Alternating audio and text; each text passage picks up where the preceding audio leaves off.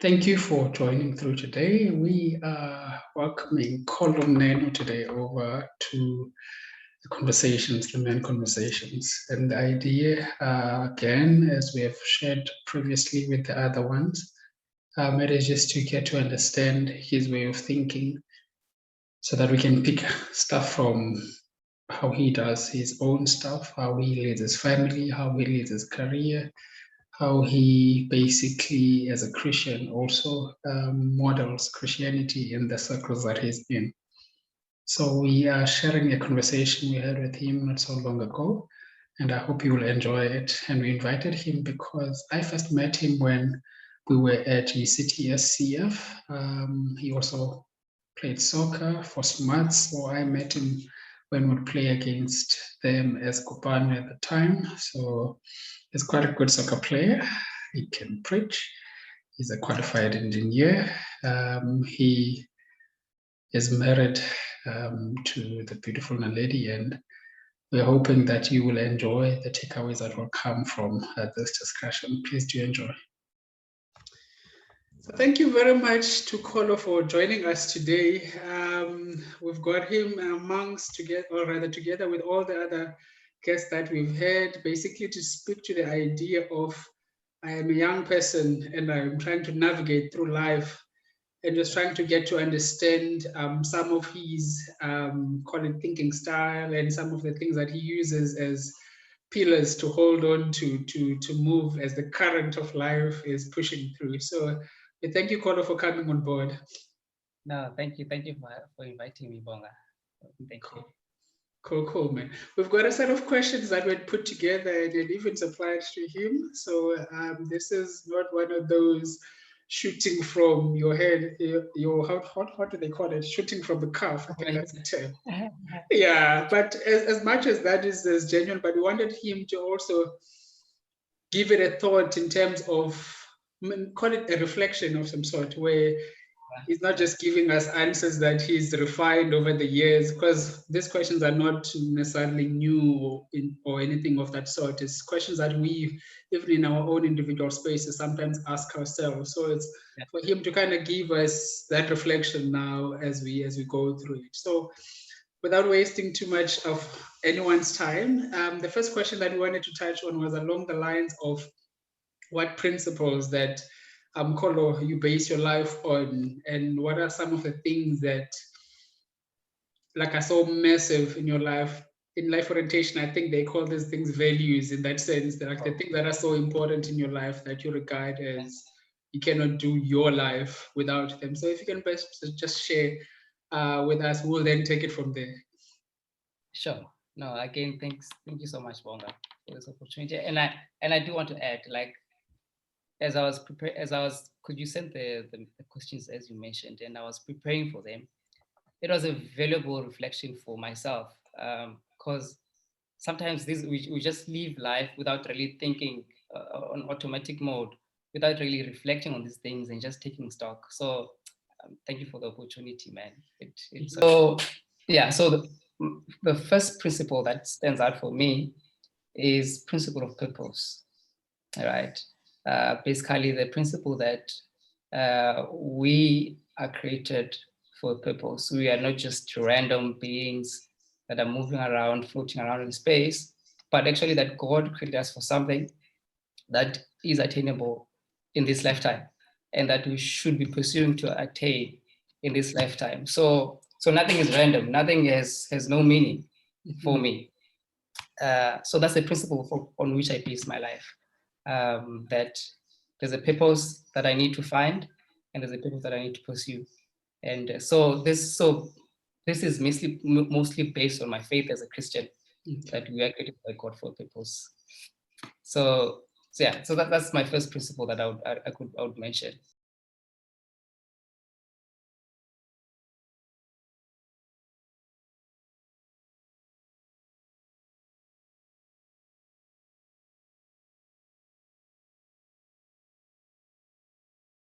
Principle number one for me, Bonga, is the principle of purpose.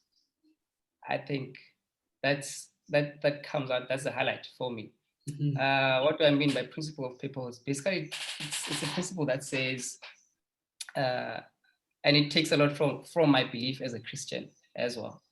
The principle of purpose that I am here, created by God for purpose, right? And I am not just here just to live out and and just do whatever.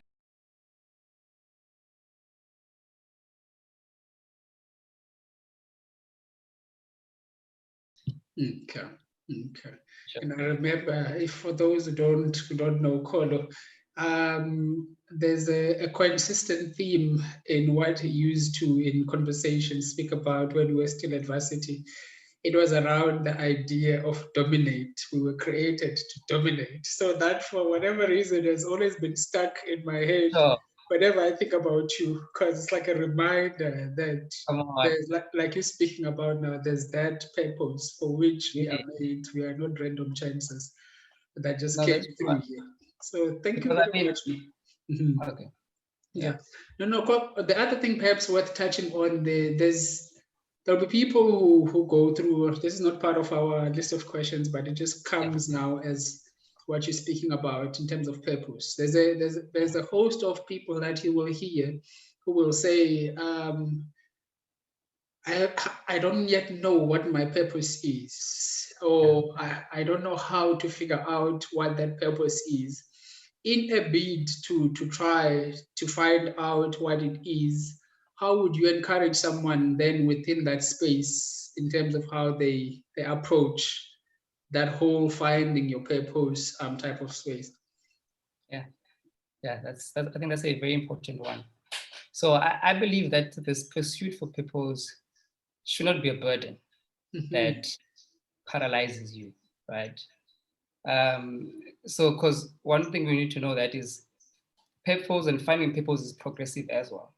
So, so Like God, so God won't give you the full. So you won't have the full picture at once. I don't think you'll ever come to a place where you say, "I have the full picture." But I think I see it as something that's progressive. Basically, meaning I'm here at this stage. Say, for example, I'm a student. This is where I'm at. This is where my family is at. This is where my community is at. So, what would God have me do in this this situation, space. in this space that I'm in? So, I think, and then as you progress in life, as you move on to other spaces, then sort of like your horizon expands, and then but you're still being driven by purpose, and God is also still progressively revealing it to you. So, I think rather than think it a heavy burden that will paralyze you, but it's a matter of saying, God, here I am. I'm open to what you would want me to do right now. Awesome, man. Oh, that is a gem. That is a gem. Talking about purpose and the age group that we are in, you're a married man, and more often than not, other people will complain, not complain in that sense, but will have concerns around how they do their time. You've got work. Some people are trying to pursue careers in a way that they want to reach whatever the top is. Other people may feel like certain things hold them back and all that. So, in all that context, and not necessarily with that negative tone that I've introduced it with, how do you manage your time between, say, the things that you need to do, your family, not even just the family that you have now formed, but even the family that you grew up with, your Sure. siblings and all that. So how do you go about basically making yourself available? Sure. For me, Bonga, I think the underlying principle there is that family is a building block that God has set up. So it's high up there when it comes to priority. Right. So I think what we should be aiming for is to keep it that as a priority in our lives. So for us practically it's about planning, right? So we plan for work, we plan for family, so that family does not get what remains of our time or what remains of our effort, but we sort All of the like important things have taken their time. exactly, right? So we plan for both. So we plan for work. Obviously, we have to plan for work, what needs to be done. But you also plan for family at the same time. So so that you're intentional, about your time. And so when you're done with work, then you go into family. So they don't. So family is not like second in line, really. Mhm.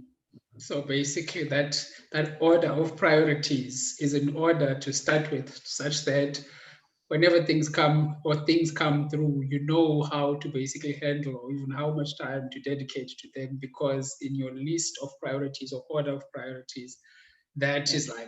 is established. So thank you very much. Thank you No. so much. The other thing that I suppose now in our theme of going off script is along the lines of disappointments, Sure. because in this age group that we're in, we set up a lot of expectations for Yeah. ourselves. And in doing that as well, there's some that we will shoot so high out of either not having context of how much we need to do, or even Yeah.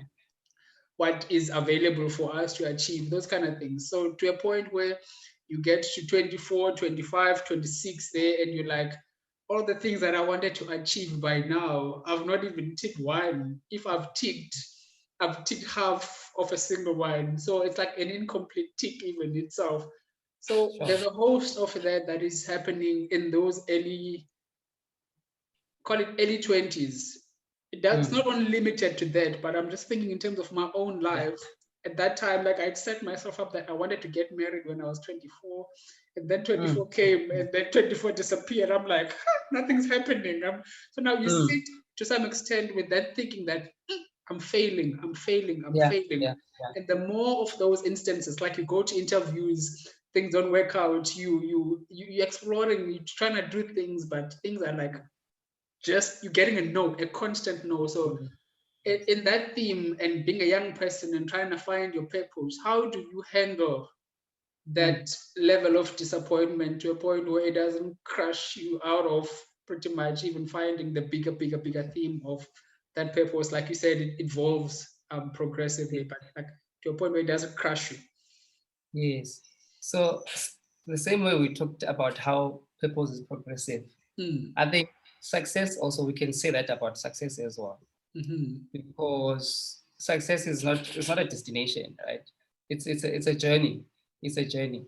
So when you wake up in the morning, you do your bed, you you get ready to go to work or to school. That's success, Mm-hmm. right? That's those are the building blocks of success.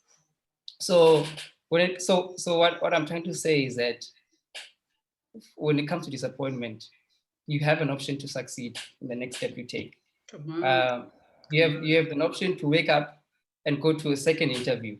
If you failed an interview yesterday, you have an opportunity to succeed today by preparing for the next interview, by getting up and doing something, that is driving. So I think we should start viewing success more of a journey than a destination, because the destinations of success that we see mostly are just an accumulation of efforts and failures and starting again, and Mm. then it, it comes, we see the success at the end, but that person has been really succeeding each and every day Throughout. throughout. Ah, So man. that's I like, I know I'm saying this quite a lot, but I'm actually enjoying what you're saying, because what you're giving me, what I'm picking up is that you're saying we must have a removed side of ourselves and not be so focused on that one aspect, say perhaps that did not work at that particular yeah, time.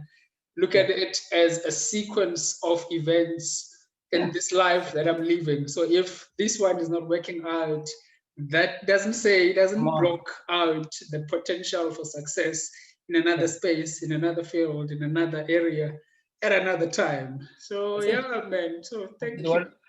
One of the, I think, if to the people who I socialize with on WhatsApp, you Mm, see my status. I think my WhatsApp, my profile picture, to say, I think I've had that for the past 2 years or 3 years. It basically says, start where you are, use what you have, do what you can. mm, So, for me, that's it. So I might have failed yesterday. it seems as if things are not working out, but there's a point where I can start. There's something that I have I can use, you know, and there's something I can do. No one has nothing to do. No one has nothing to use. You see, so for me, that's how we can handle disappointment. Just look around. What do I have? Where am I? What can I do? And then just move from there. Start where you are. Yes, Yeah.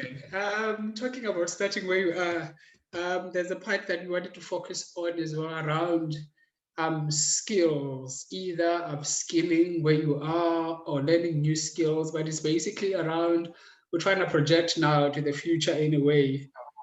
We're saying I'm a 25-year-old. I could even be a 30 or even a 35-year-old for that matter. The idea is what are some of the skills that you think will set up people in a way that they can better handle, say, their lives, say, in 5 years' time, or even in 2, or even in 12 months' time. We've realized that Corona is around now.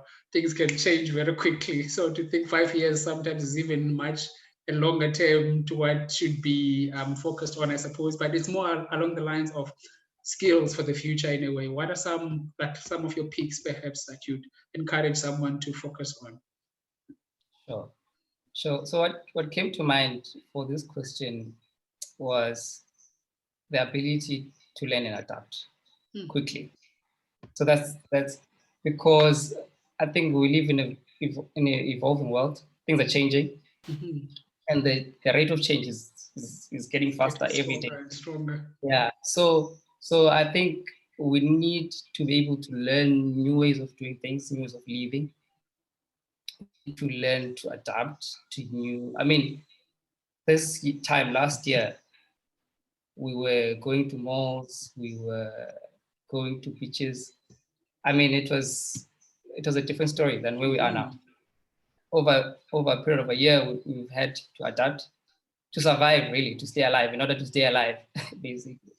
So I think just the skill of being able to adapt and to learn new skills, to learn new ways of doing life. I think that's very critical for survival in the future. I think that's what will make you future-proof if you're able to learn quickly. And I think the speed also is very important, because these days, by the time, if you take long to adapt, by the time you adapt, the environment has changed already. It's moved to a different, So I think the speed as well. So just being versatile, being able to adapt, yeah.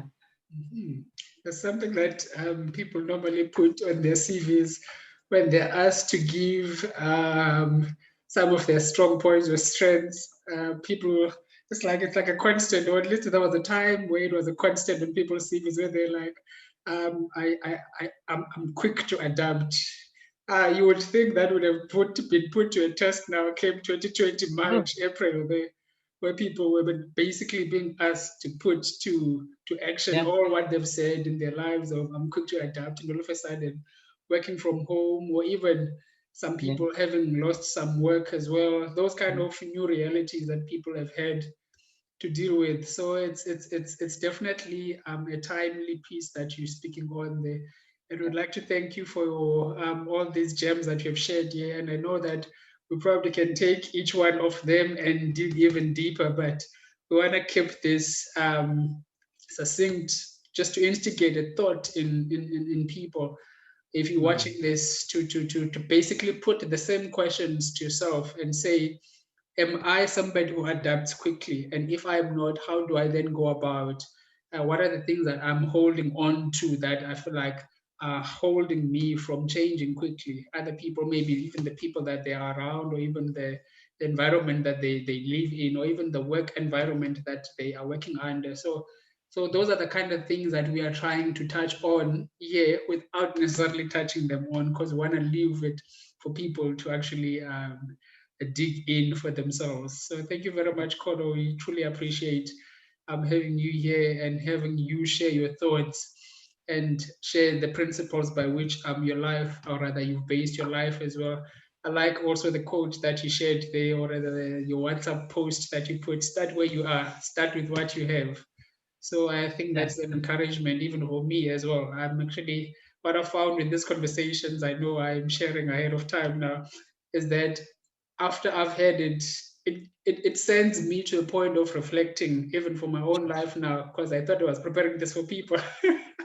But I find that it sends me to even ask, based on some of the responses that you guys give, just to dig into my own life now to say where I am, what can I do? Because like you said, there's things that I would like to do, but now the part that you have shared about the progressive evolution of things, whether be it good or even bad for that matter. So I like those things. So thank you very much. This is my way of saying thank you for your time. And we truly look forward to sharing this with whoever may be watching, and hopefully them too may also find some value in it, and hopefully the best use of their time. Thank you very Sure. much. No, thank you, Bonga. Thank you very much. Cool. I'm gonna pause the recording here now. But yes, man, that's the thank you very much, Kholo, for that. And the other one that we had prepared was along the lines of an advice to, you could either him be looking at himself, giving advice to someone, or giving advice to himself when he was at a particular age, or even just someone who's at that age now. So we chose to pick 20 because at 20 you are the level of transition that you are about to go through rather in your life is much more higher in terms of intensity, say, than someone who's adjusting when they're 50 and adjusting into grandfathering. That's a different type of adjustment. So we thought perhaps Kholo would speak to someone within that age group in the form of an advice, perhaps. So over to you, Kholo. Sure. So my advice would be I should be more intentional about making a wider variety of friends and connections and relationships. When I look back on my life, that's what I would try to do more. Actually, try to be more intentional about it, because most of the time we sort of gravitate towards our own kind. I don't know how that works, but it just happens. It happens, yeah. Yeah, we sort of like gravitate towards our own kind, which is not always good, for us. So that's definitely what I would be more intentional about, just being open and being more intentional about making friends and making connections and establishing meaningful relationships with people who are different from me, a wider variety. Cool. No, you know what you mentioned and brings up something else as well. For me, it's when you're on social media, sometimes when you get someone who says something that is like to what you want, they say this one. You get tempted to like disconnect or Yes. unfollow or whatever that term is. So you say we must stay there. Yeah. Yeah. No, thank you, man. Thank you very much. I appreciate this, and I think it's an encouragement as well to say that on over and above what you're saying, you basically saying be open to handling different views, people Yeah. who are or reason differently to you. Don't just go with people who are saying yes, yes to whatever Yeah. else you say. Even if you're wrong, people are saying yes, so Yeah. you want to gravitate towards that. So, thank you very much, No, thanks. Sure. Coco.